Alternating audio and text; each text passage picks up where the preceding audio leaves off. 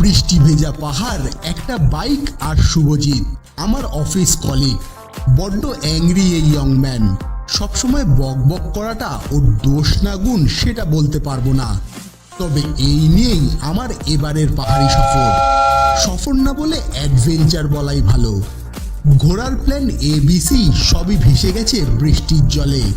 শিবখোলার nature ক্যাম্পে থাকবো ভেবেছিলাম, গিয়ে দেখি বর্ষায় নদীর ব্রিজ ভেঙে সব লন্ডভন্ড। তাহলে এবার থাকবো কোথায়?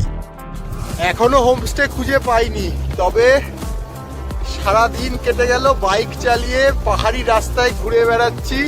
শিটংটা পুরো ঘুরে ফেলেছি। সব থেকে বড় কথা, শিটংয়ে এসে হোমস্টে ঠিকঠাক ভাবে পাচ্ছি না। মুষলধারে বৃষ্টিতে পাহাড়ের আঁকাবাঁকা পথ তখন স্যাঁতস্যাঁতে পিছল হয়ে উঠেছে। তার উপর ধস নামার ভয়। বেশ কয়েকবার ভিমরিও খেলো আমাদের স্কুটিটা।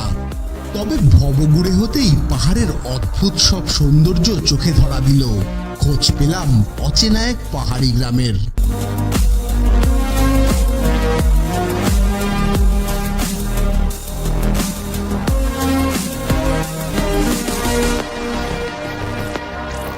লোয়ার টুরুক মাথা গোজার ঠাঁই দিল আমাদের। বৃষ্টির পাহাড়ের সেই অ্যাডভেঞ্চার নিয়েই আজকের কাহিনী।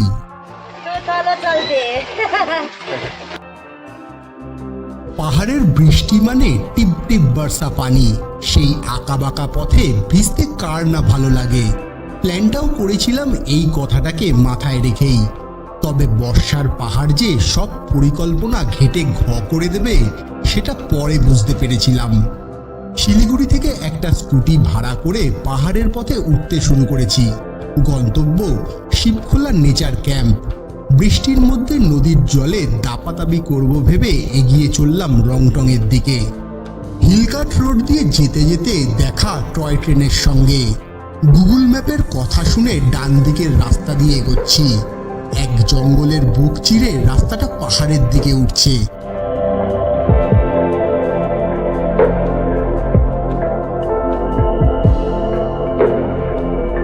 আচ্ছা, স্কুটিতে যাওয়ার মজা এটাই, যেখানেই মন বলছে সেখানেই দাঁড়িয়ে পড়ছি আর বর্ষার সবুজ প্রকৃতির সঙ্গে নিজেদের ফ্রেম বন্দি করছি।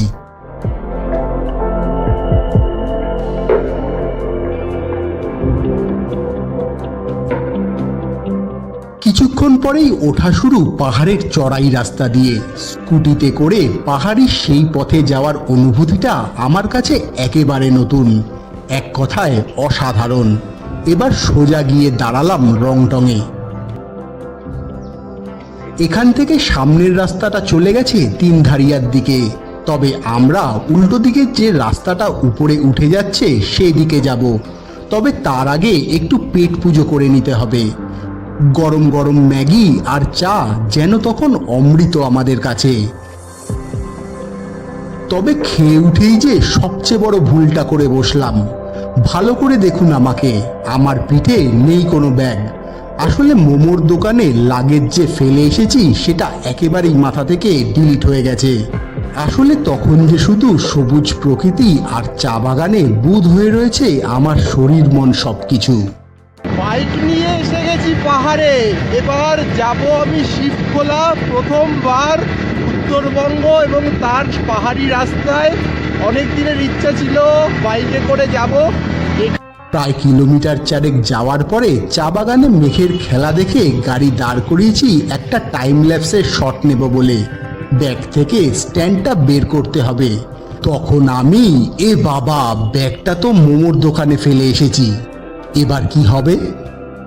আবার সেই পাহাড়ি পথে নিচে নেমে ব্যাগ নিয়ে আসি মোমোর দোকান থেকে। দোকানদারও বলছে আপনাদের অনেকটা দেরি হয়ে গেল যে। সত্যি দেরি যে হয়েছে সেটা ঠাহর করতে পারছি। এখনো প্রায় 2 ঘন্টা লাগবে শিবখোলা যেতে, কিন্তু সেখানে যে আমাদের জন্য আরো বড় বিপদ অপেক্ষা করে আছে, যার কাছে এই ব্যাগ ফেলা কিছুই না। যাই হোক, আমরা তো তখন চারপাশের সব দৃশ্য দেখছি আর বৃষ্টির পাহাড়কে যেন আষ্টে পিষ্টে নেওয়ার চেষ্টা করছি। চারিদিকে পাহাড় আর পাহাড়ের গা বেয়ে চা গাছ, আর তার মাঝখান দিয়ে সরু রাস্তা। সেই রাস্তায় চলে যাচ্ছে শিবখোলা, শিবখোলা পার করে যাচ্ছে শিটং, এই সমস্ত দিকগুলো এই রাস্তাটায় পড়ে। তবে এই যে রাস্তাটা সত্যি মানে একেবারে যদি আমি দেখাই, সরু একটা রাস্তা এবং চারদিকে শুধু চা বাগান আর চা বাগান, আর তার মাঝখান দিয়ে এরম একটা রাস্তা, আর সেখানটায় আমরা দুজন বাইক নিয়ে এসেছি। সত্যি একদম নিলিবিলি শান্ত একটা জায়গা পাহাড়ে, আর এরকম ওয়েদার। এখনো কিন্তু হালকা হালকা বৃষ্টি পড়ছে এবং সঙ্গে এরকম প্রকৃতি, মেঘ দেখছি, পাহাড় দেখছি, জাস্ট ফাটাফাটি। তখন দুপুরের দিকে এগোচ্ছে ঘড়ির কাঁটা। চা বাগানের শ্রমিকরা একে একে লাঞ্চ ব্রেক নিতে যাচ্ছে, আর আমরা মনোরম সেই পাহাড়ি পথ দিয়ে একে বেঁকে এগিয়ে যাচ্ছি উপরের দিকে। কিছুক্ষণ পর এসে পৌঁছালাম একটা ভিউ পয়েন্টে। জায়গাটা বার্ড ওয়াচারদের জন্য আদর্শ। এখানে নানান ধরনের হিমালয়ান পাখি দেখতে পাওয়া যায়, তাই রংটংয়ের টি স্টেটের পাশেই গড়ে উঠেছে বার্ড ওয়াচিং ভিউ পয়েন্ট। সেখান থেকে বেরিয়ে অবশেষে এসে পৌঁছালাম শিবখোলার শিব মন্দিরের সামনে। এই মন্দিরের নামেই জায়গার নাম শিবখোলা। পাশ দিয়ে বয়ে গেছে মহানন্দা নদী। এখানেই আমাদের আজকের থাকার ব্যবস্থা।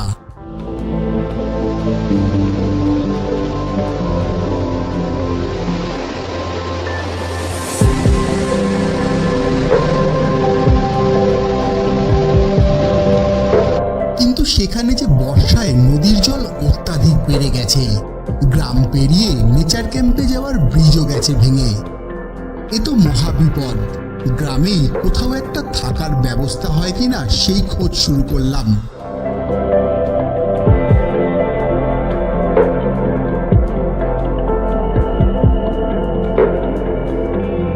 না, এখানে যে আর সেরকম কোনো থাকার ব্যবস্থা নেই।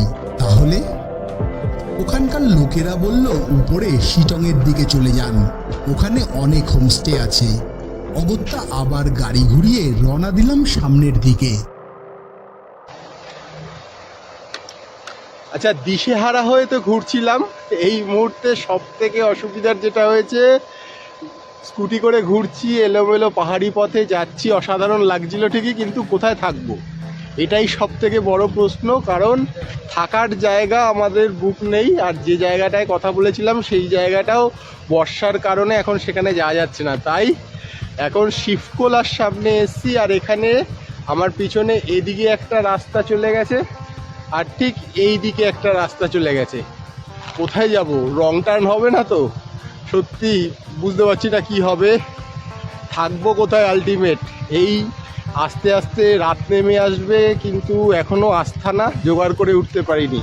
দেখা যাক কি হয়। অ্যাডভেঞ্চার করতে গিয়ে লাস্টে না রাস্তায়, পাহাড়ি রাস্তায় রাত কাটাতে হয়। দেখা যাক আমরা কোনো কটেজ বা কোনো হোমস্টে খুঁজে পাই কিনা। শিটংয়ের পথে যত উপরে উঠছি, বৃষ্টি ততই পাল্লা দিয়ে তার জোর বাড়াচ্ছে। কিছুক্ষণ পর প্রচণ্ড চড়াইয়ের সঙ্গে খারাপ রাস্তা, আর স্কুটিতে আমরা দুজন। সেই পিছল রাস্তায় না গাড়ি এগোচ্ছে, না ঠিকভাবে হাঁটতে পারছি। একটা সময় তো মনে ভয় ধরে গিয়েছিল। অজানা গন্তব্য, সঙ্গে খাদের ধারে খারাপ রাস্তা আর বৃষ্টি। তখন সে পথে আমরা ছাড়া কেউ নেই। শিবখোলা থেকে শিটং যাওয়ার রাস্তা, জায়গায় জায়গায় এরকম অবস্থা, যেখানে বাইক বা স্কুটি চালানো খুবই মুশকিল। একদিকে বৃষ্টি হচ্ছে, অন্যদিকে রাস্তার অবস্থা খুব খারাপ। এইভাবেই কখনো হেঁটে কখনো স্কুটিতে করে পার করলাম 3-4 কিলোমিটার রাস্তা।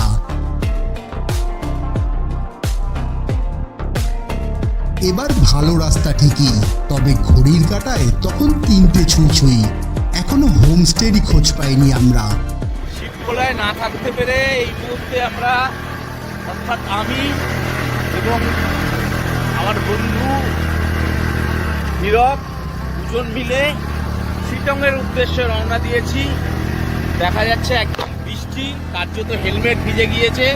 গোটা পাহাড় এই মুহূর্তে ছেয়ে রয়েছে শুধুমাত্র মেঘে, আর বৃষ্টিকে সঙ্গী করেই আমরা এই মুহূর্তে এগিয়ে চলেছি শিটংয়ের উদ্দেশ্যে। একটু রাস্তাটা দেখানোর চেষ্টা করব প্রত্যেককে। একেবারে সেই পাহাড়ি রাস্তা, যে রাস্তা দিয়ে এবার আমরা এগিয়ে চলেছি শিটংয়ের উদ্দেশ্যে। গোটা পাহাড় কার্যত দেখা যাচ্ছে যে মেঘে ঢেকে গিয়েছে। গোটা পাহাড় শুধু মেঘ আর সঙ্গে বৃষ্টি। এই মুহূর্তে আমরা এগিয়ে চলেছি শিটংয়ের উদ্দেশ্যে। অবশেষে পৌঁছালাম শিটংয়ে ঠিকই, কিন্তু সেখানে আবার আরেক কাণ্ড। চোখের সামনে দেখতে পাচ্ছি প্রচুর হোমস্টে, অথচ কোথাও ঠাঁই মিলছে না আমাদের। একেই বেলা হয়ে গেছে অনেক, তার উপর অক্সিজেন হওয়ায় বেশিরভাগ হোমস্টের কাজের লোক ছুটিতে। এদিকে অন্ধকার হতে চলেছে, আর পাহাড়ের অন্ধকার মানে সব শেষ। অবশেষে ওখানকার লোকেদের সঙ্গে কথা বলে একটা হোমস্টে জোগাড় তো হলো ঠিকই, কিন্তু সেখানে যেতে অনেক সময় লাগবে। এমনিতেই শিটং জায়গাটা বেশ বড়। আমরা তখন শিটং 1-এ, আমাদের যেতে হবে শিটং 2 পার করে লোয়ার টুরুক নামে একটা ছোট্ট পাহাড়ি গ্রামে। সেখানেই রাসিকা হোমস্টেতে আমাদের থাকার ব্যবস্থা হয়েছে। আবার স্কুটি নিয়ে ভিজতে ভিজতে অজানা সেই পথে এগোতে থাকলাম, কিন্তু সেই প্রত্যন্ত জায়গায় যে গুগল ম্যাপও সঙ্গ ছেড়ে দিয়েছে। এলাকার লোককে জিজ্ঞাসা করে করে এগোতে থাকলাম, আর বিকেলের পাহাড়ের মায়াবী রূপ উপভোগ করতে থাকলাম। এত চাপের মধ্যেও ভিউ পয়েন্টগুলোতে দাঁড়িয়ে জায়গাটা উপভোগ করতে ভুলিনি। কিন্তু পাহাড়, জঙ্গল, বৃষ্টি, এক অনবদ্য অভিজ্ঞতা। গোটা পাহাড় জুড়ে ঝিরিঝিরি বৃষ্টি পড়ছে। সরু রাস্তা দিয়ে আমরা চলেছি। পথে যেতে যেতে ব্রেক নিতে হচ্ছে। দাঁড়িয়েছি, রেস্ট নিচ্ছি, আবার যাচ্ছি, কখনো রেস্ট কখনো দাঁড়াচ্ছি, আর ফাঁক দিয়ে এরকম সমস্ত ভিউ দেখছি, যেটা একদম বলে রাখছি গাড়ি করে গেলে বা অন্যভাবে গেলে কিন্তু এই স্বাদটা নিতে পারতাম না। তবে এরকম রাস্তা হারিয়ে ফেলার পরে হোমস্টে খুঁজে না পাওয়া, তাতে কিন্তু একটা থ্রিলিং ব্যাপার রয়েছে ঠিকই, কিন্তু এই সমস্ত ভিউ দেখে মনটা জুড়িয়ে যাচ্ছে। ঢোকার আগে দেখা পেলাম যোগীঘাটের ওয়াটারফলসের। সেই বয়ে যাওয়া জলপ্রপাত দেখে খুব লোভ হচ্ছিল সেখানে নামতে, কিন্তু সেটা করার মতো সময় তখন আমাদের হাতে ছিল না। ফাইনালি লোয়ার টুরুকের রাসিকা হোমস্টে আমাদের আজকের গন্তব্য। তাও এখনো পৌঁছায়নি, এখনো 2 কিলোমিটার আমাদের বাইক নিয়ে যেতে হবে। আর বাইক যাওয়ার রাস্তা হচ্ছে এটা, এরকম রাস্তা দিয়ে আমরা যাব। মানে মেন রাস্তা থেকে একটু উপরের দিকে উঠছি একটা পাহাড়ি পথে। অবশেষে পৌঁছালাম টুরুকের রাসিকা হোমস্টেতে। প্রচণ্ড খিদে পেয়েছে ঠিকই, কিন্তু তখন যে চুপচুপে ভেজা আমরা। সেই সময় চা না হলে হয় নাকি? তখন চায়ের পেয়ালা হাতে এক চুমুক যেন স্বর্গের সুখ দিচ্ছিল। সারাটা দিন শিটংয়ের বিভিন্ন রাস্তায় শুধু টোটো করলাম, বৃষ্টিতে লিটারালি ভিজলাম, চুপচুপে ভিজলাম, কোথায় যাব কিছু বুঝতে পারছিলাম না। সারা দিন ধরে ভিজে একটা অ্যাডভেঞ্চার করে ফাইনালি লোয়ার টুরুকে এসছি। আর লোয়ার টুরুকে এসে গা এখনো চুপচুপে ভেজা, সারা শরীর ভেজা, জামা কাপড় ভেজা, আর তখন এরকম একটা গরম গরম চা। সত্যি এর থেকে বেশি তৃপ্তির এখন আর মনে হচ্ছে না কিছু। অসাধারণ, জাস্ট ফাটাফাটি। তখন চায়ের পেয়ালা হাতে এক চুমুক যেন স্বর্গের সুখ দিচ্ছিল। আর সেই চায়ের চুমুক দিতে দিতে দিনটার কথা ভাবছিলাম। সত্যি মনে ভয় ধরেছিল ঠিকই, কিন্তু এই ধরনের অ্যাডভেঞ্চারই তো করতে চাই আমরা। এই সফরে পাহাড়ের একটা অন্য রূপ শুধু দেখলামই না, একরাশ প্রাপ্তির অনুভূতি সঞ্চয় করলাম, যা সারা জীবনেও ভুলব